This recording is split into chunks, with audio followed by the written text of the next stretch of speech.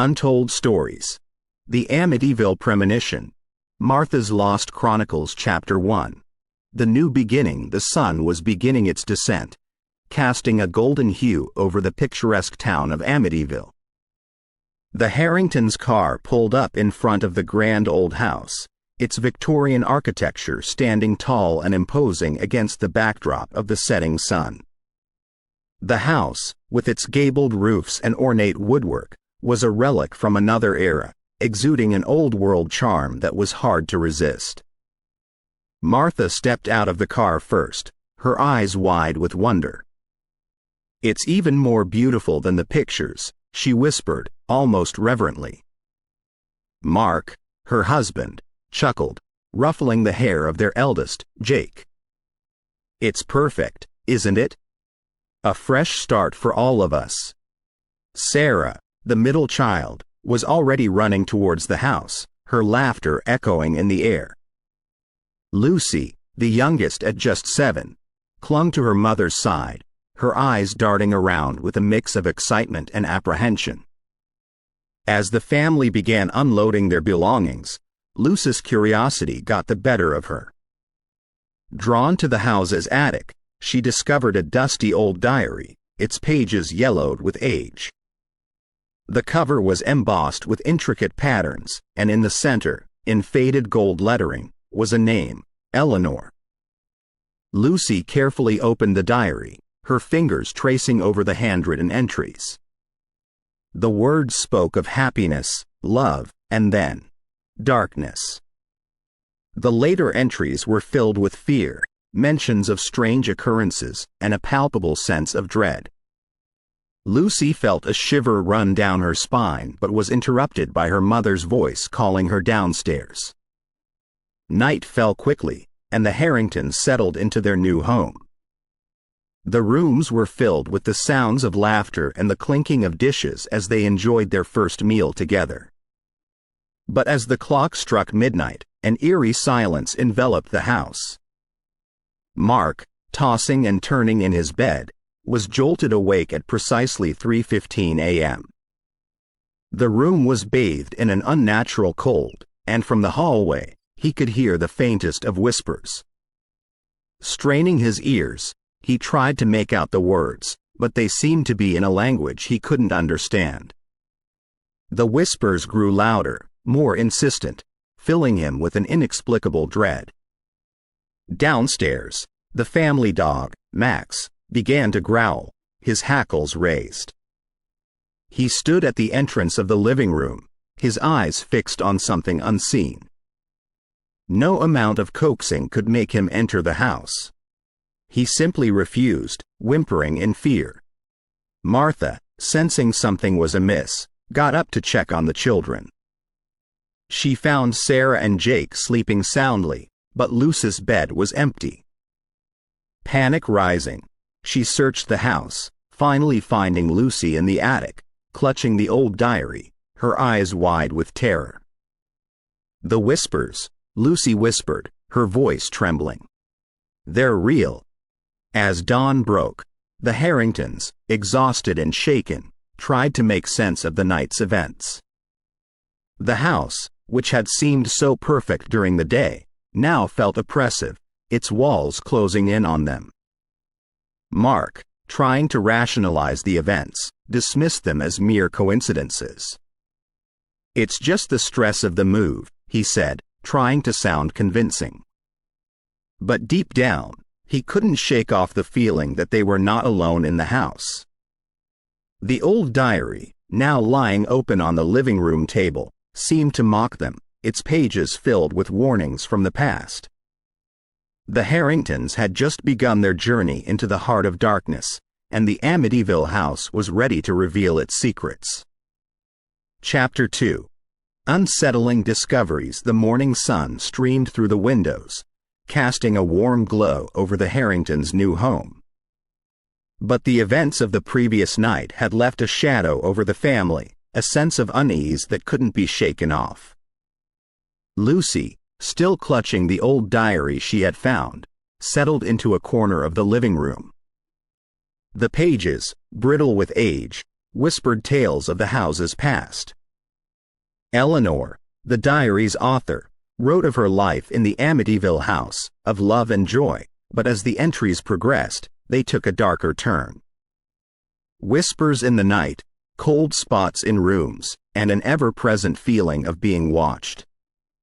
Lucy's heart raced as she read about a room Eleanor had discovered, its walls covered in a strange green slime that seemed to pulse with a life of its own. As Lucy delved deeper into the diary, Jake, the eldest son, was in his room, unpacking. The room was spacious, with large windows that let in plenty of light. But as he was arranging his books, he noticed something odd. A swarm of flies buzzed around the window, trying to get in.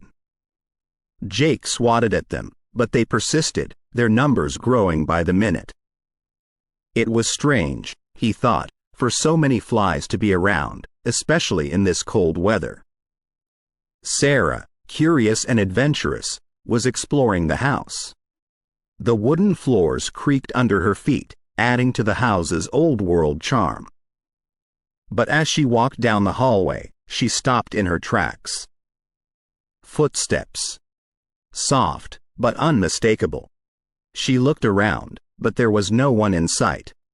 The footsteps seemed to be coming from the end of the hallway, from a door she hadn't noticed before. As she approached, the footsteps grew louder, more urgent, as if beckoning her.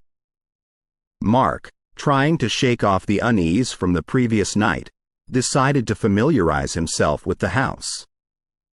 As he wandered, he stumbled upon a door, slightly ajar. Pushing it open, he was met with a sight that made his blood run cold. The room was small, its walls covered in a thick, green slime that seemed to move, to pulsate. The air was thick, suffocating, and the smell was overpowering. Mark, feeling a wave of nausea, quickly shut the door, trying to process what he had just seen. Clara, in the kitchen, was trying to bring some semblance of normalcy to their lives. She hummed a tune as she prepared breakfast, but her efforts were interrupted by a sudden drop in temperature. The kitchen, which was warm just moments ago, was now freezing. Clara looked around, trying to find the source of the cold, but there was none. It was as if the cold was emanating from the very walls of the house. The family gathered for breakfast, each lost in their thoughts, the weight of their discoveries heavy on their minds. The house, with its dark secrets, seemed to be closing in on them, its walls whispering tales of horror and despair. As they ate in silence, the old diary lay on the living room table, its pages fluttering as if caught in a breeze. But there was no breeze. The windows were shut tight. The diary, it seemed, had a life of its own, and it was eager to share its tales with the Harringtons. Chapter 3. The first apparition. The day had been long, and the Harringtons were eager for the solace of sleep. The house, with its creaking floors and echoing hallways, seemed to come alive at night, its very walls pulsating with an energy that was both fascinating and terrifying. Jake, exhausted from the day's events, quickly fell into a deep sleep. But it was a sleep that would be short-lived. A soft glow filled his room, rousing him from his slumber. Rubbing his eyes, he tried to make sense of what he was seeing. At the foot of his bed stood a young girl, no older than Lucy, her long hair cascading down her back, her eyes hollow, devoid of life. She stared at Jake, her gaze unwavering, her lips moving as if trying to convey a message. Jake, paralyzed with fear, could only watch as the apparition slowly faded away, leaving behind a cold that seemed to seep into his very bones. Downstairs, Clara was jolted awake by a foul odor that permeated the air. It was a stench that was both putrid and metallic, reminiscent of decay and rot. She got up, trying to locate the source, but it seemed to be everywhere, suffocating her. As she made her way to the living room, she stumbled upon a sight that sent chills down her spine. Hanging on the wall was a crucifix, but it was inverted, its figure of Christ glaring menacingly at her. Clara, her heart racing, quickly turned it right side up, whispering a silent prayer. Mark, in the adjacent room, was battling demons of his own.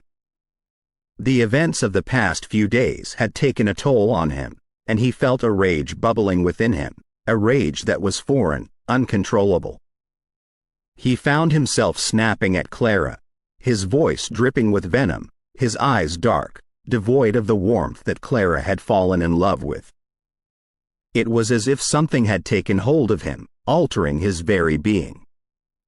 Sarah, curious and fearless, had always been drawn to the unknown. But tonight, she would come face to face with a horror that would shake her to her core. As she lay in bed, she felt a strange sensation, a feeling of weightlessness. Opening her eyes, she realized, to her horror, that her bed was levitating, rising higher and higher. She tried to scream, but no sound came out. Below her, she could see the room, bathed in an eerie glow, the shadows dancing on the walls. And then, as suddenly as it had started, the bed dropped, crashing to the floor, leaving Sarah shaken and traumatized.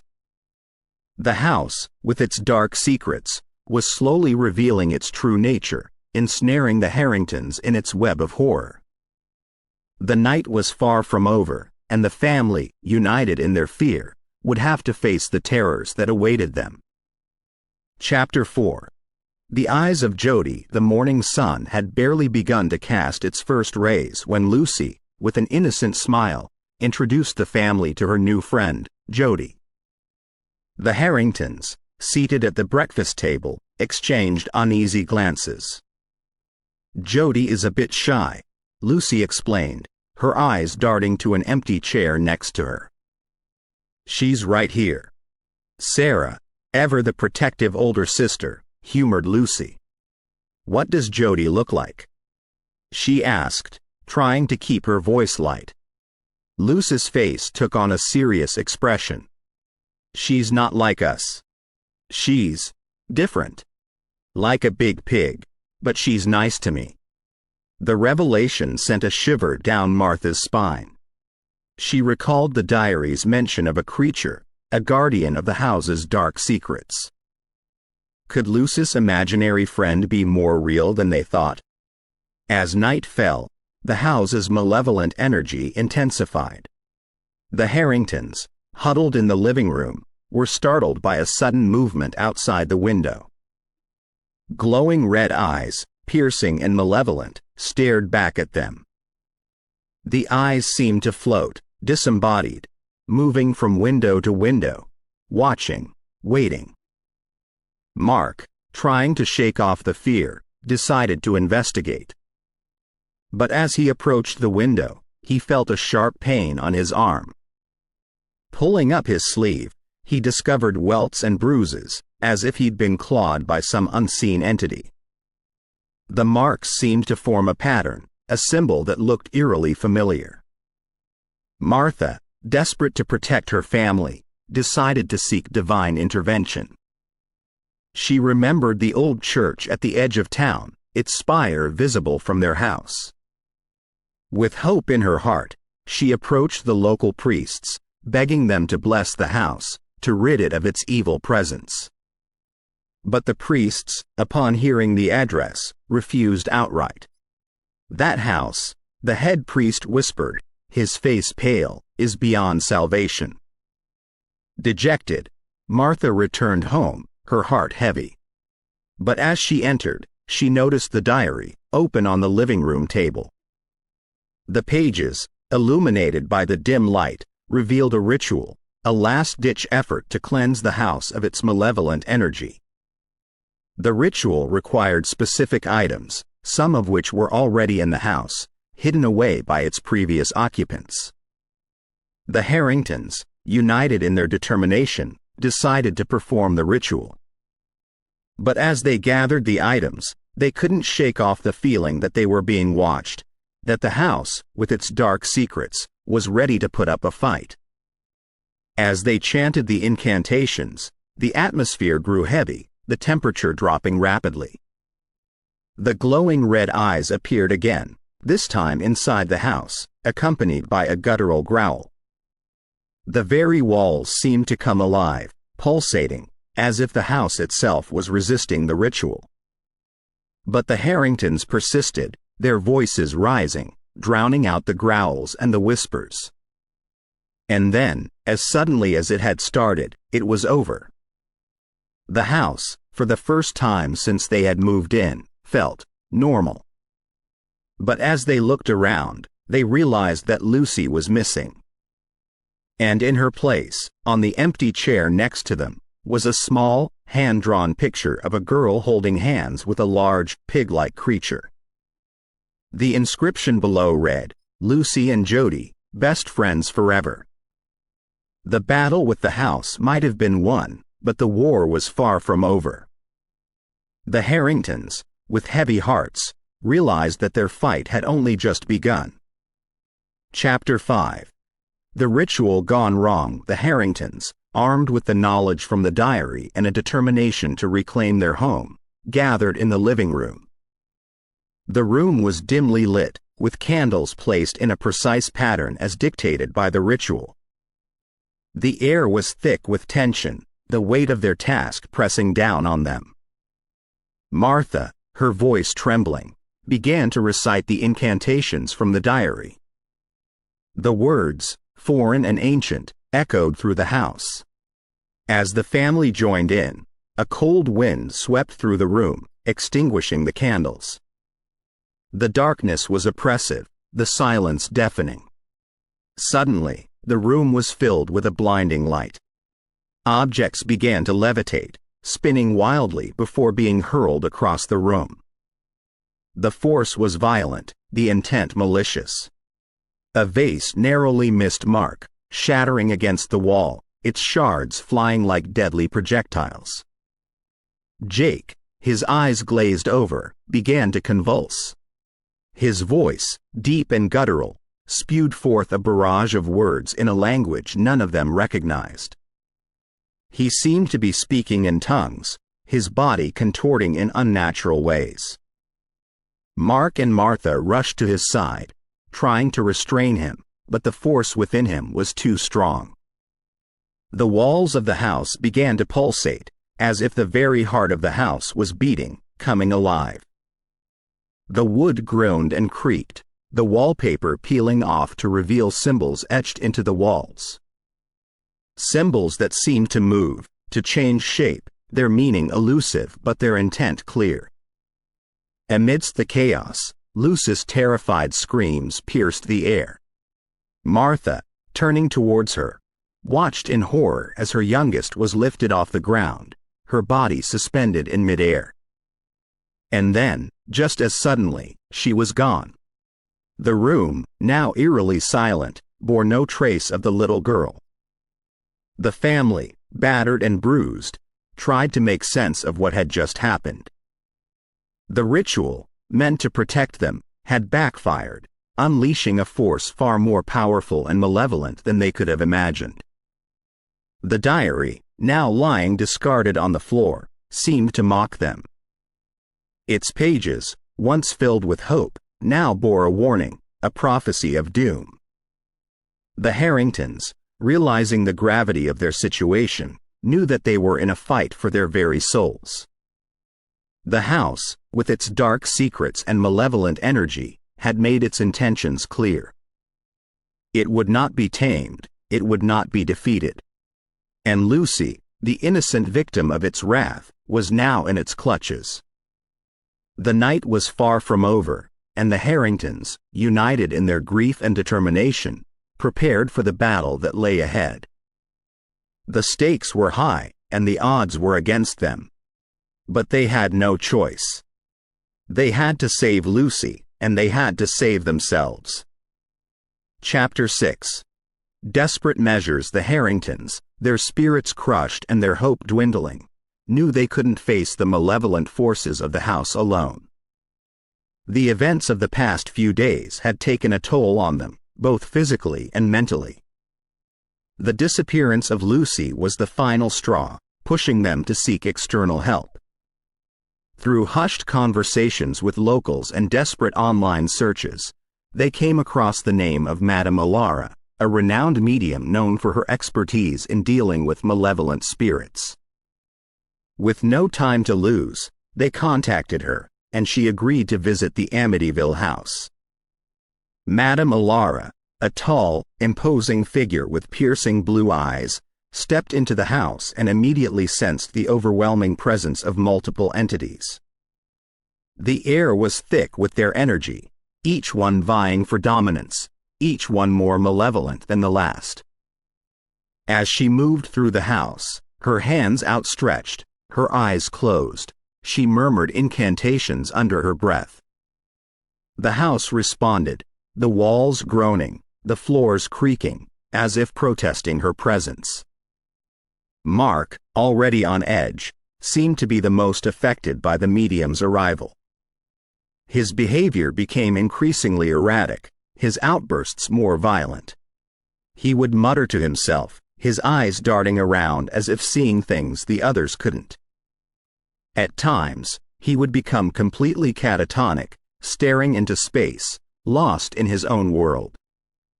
Sarah and Jake, trying to find some semblance of normalcy, decided to explore the house further.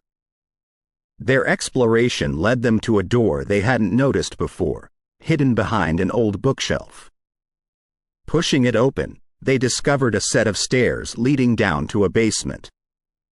The basement was unlike any other part of the house. It was cold, the air damp, the walls covered in symbols that seemed to move and shift as they looked at them. The symbols, ancient and powerful, told a story of rituals, sacrifices, and a pact with the dark forces. Madame Alara, sensing the discovery, joined them in the basement. Her face, usually calm and composed, showed a hint of fear. "This," she whispered, "is the heart of the house, the source of its power." She explained that the symbols on the walls were part of a ritual that had been performed centuries ago, binding the house to the dark forces. The ritual, she said, had to be completed, or the house would never be free. But her warning was clear. "The ritual is dangerous," she said, her voice trembling. "It requires a sacrifice, a life for a life. And the entities, they won't let go easily. They will fight, and they will fight to the death." The Harringtons, faced with an impossible choice, knew that they had to act fast. The safety of their family was at stake, and they couldn't afford to lose another member. As they prepared for the ritual, the house seemed to come alive, its energy pulsating, its intent clear. The battle for the soul of the Amityville house had begun, and the Harringtons, with Madame Alara by their side, were ready to face the darkness head-on. Chapter 7. The night of terror. The Amityville house, under the looming shadow of the impending ritual, grew restless. The entities within, sensing the threat to their dominion, unleashed their fury upon the Harringtons. The night was dark, the moon hidden behind thick clouds, casting the house into an eerie gloom. The silence was palpable, broken only by the occasional creak of the old wooden floors. But this silence was deceptive, a calm before the storm. Martha, trying to find a moment of solace, retreated to her room.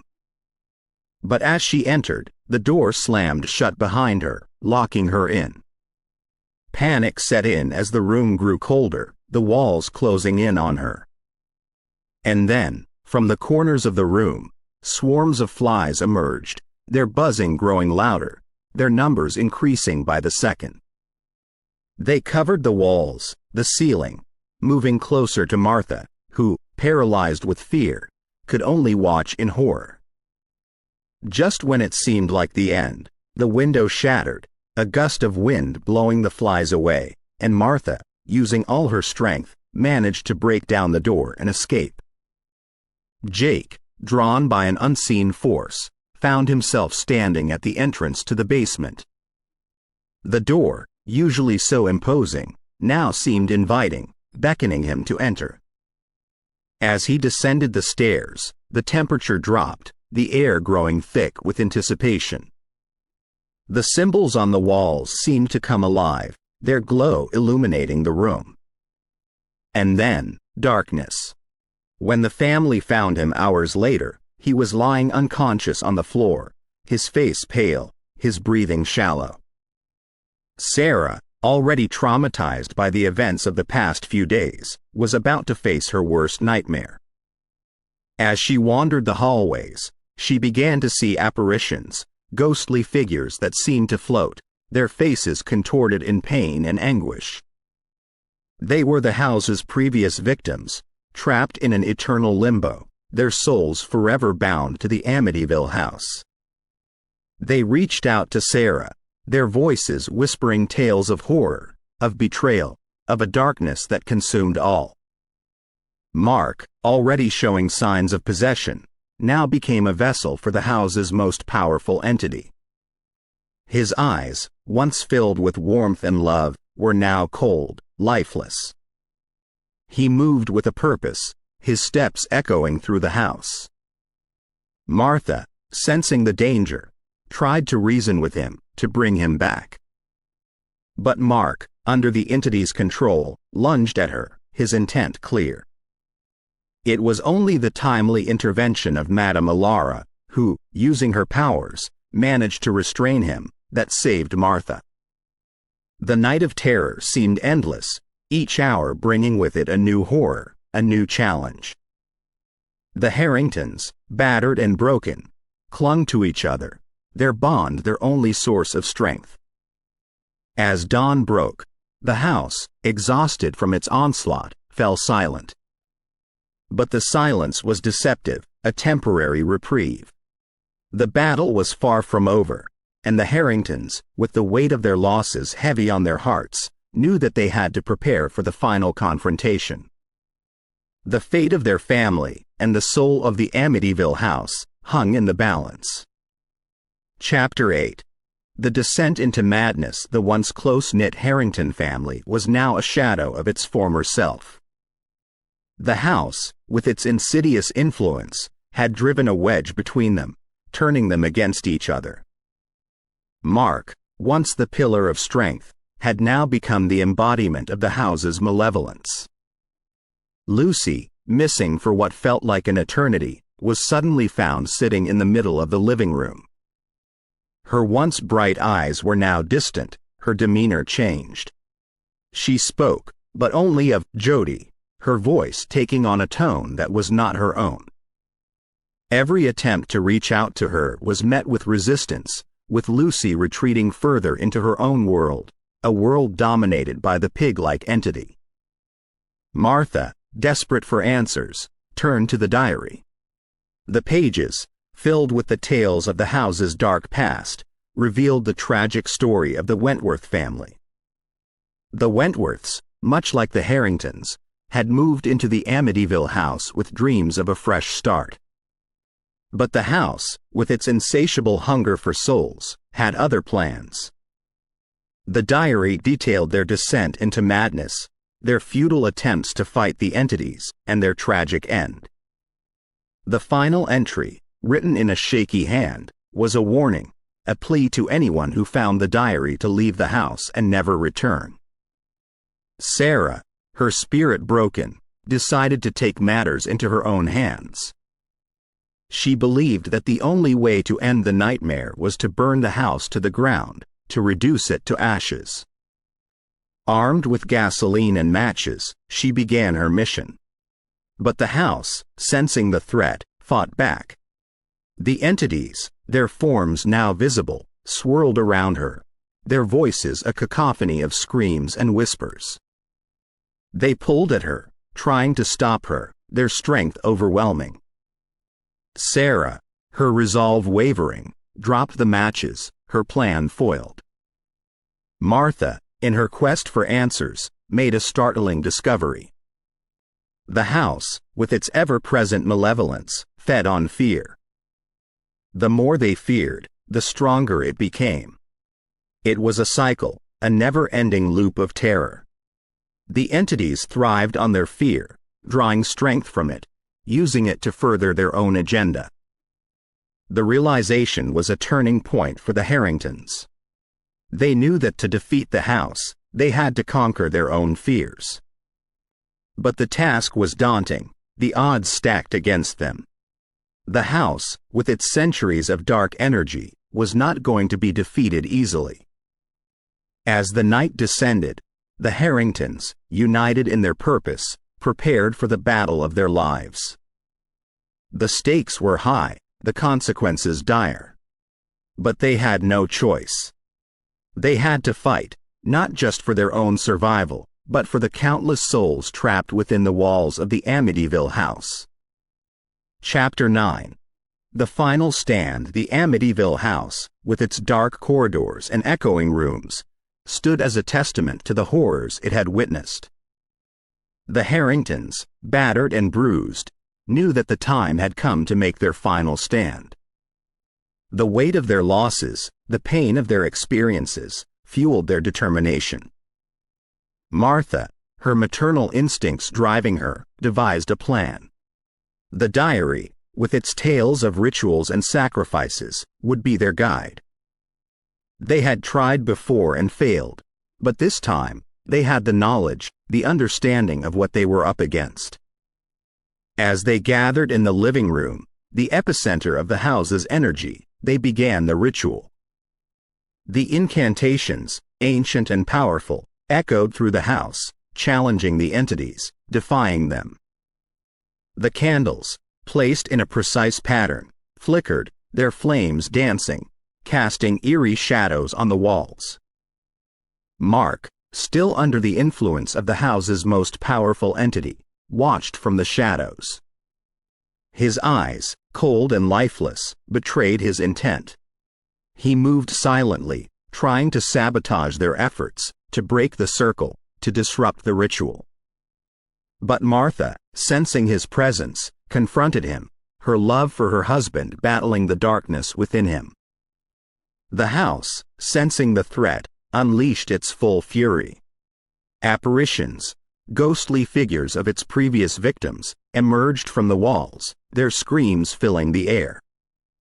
Sarah, her spirit already broken, found herself face to face with one such apparition, its hands reaching out to her, trying to pull her into the darkness. Jake, seeing his sister in danger, acted on instinct. He lunged at the apparition, pushing Sarah out of the way, sacrificing himself in the process.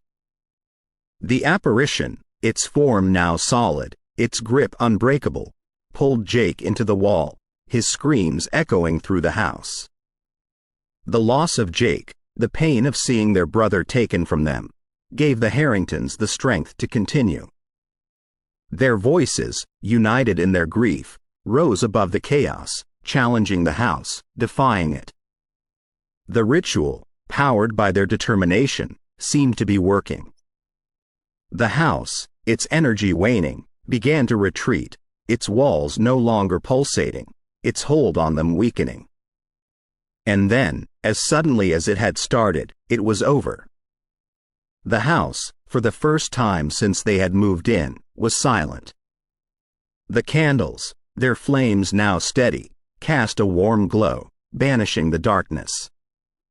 The Harringtons, exhausted but triumphant, looked around, taking in the devastation, the cost of their victory. But the house, with its centuries of dark energy, was not defeated. It was merely biding its time, waiting for the next unsuspecting family to move in, to continue its legacy of horror. The Harringtons, their bond stronger than ever, knew that they had to leave, to put the Amityville house behind them. But they also knew that they would carry the scars of their experiences with them, a constant reminder of the horrors they had witnessed. Chapter 10. The unending nightmare. The morning sun cast a deceptive glow on the Amityville house, its facade hiding the horrors within.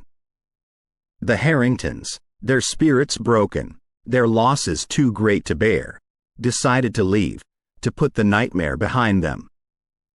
The house, with its insidious energy, seemed to sense their intent.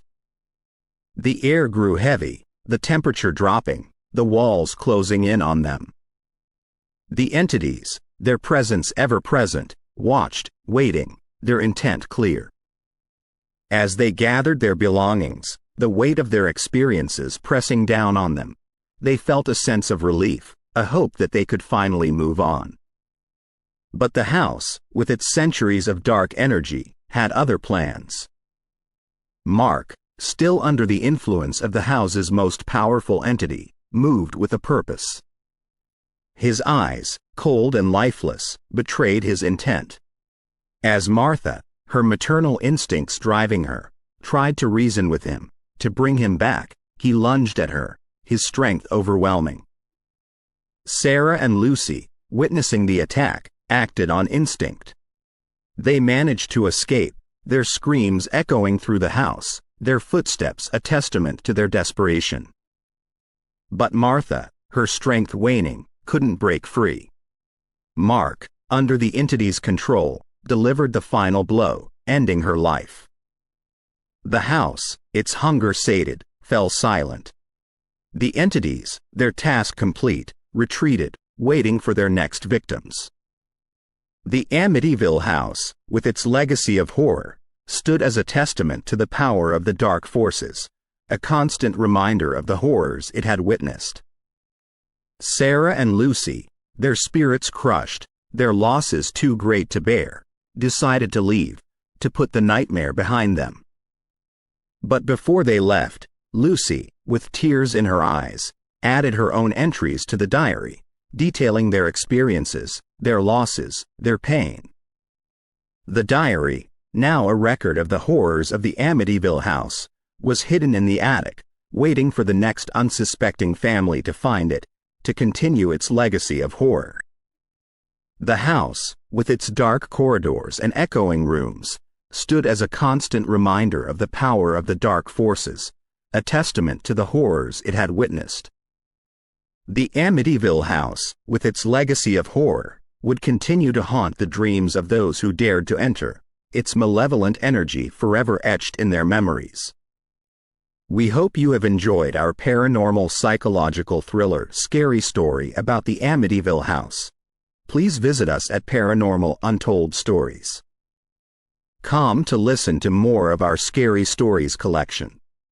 Paranormal Untold Stories encourages you to contact us if you have your own untold story that you would like our professionals team to put online as a scary story. Thank you. Please follow our YouTube channel, Paranormal Untold Stories, and encourage others to do the same. Paranormal Untold Stories.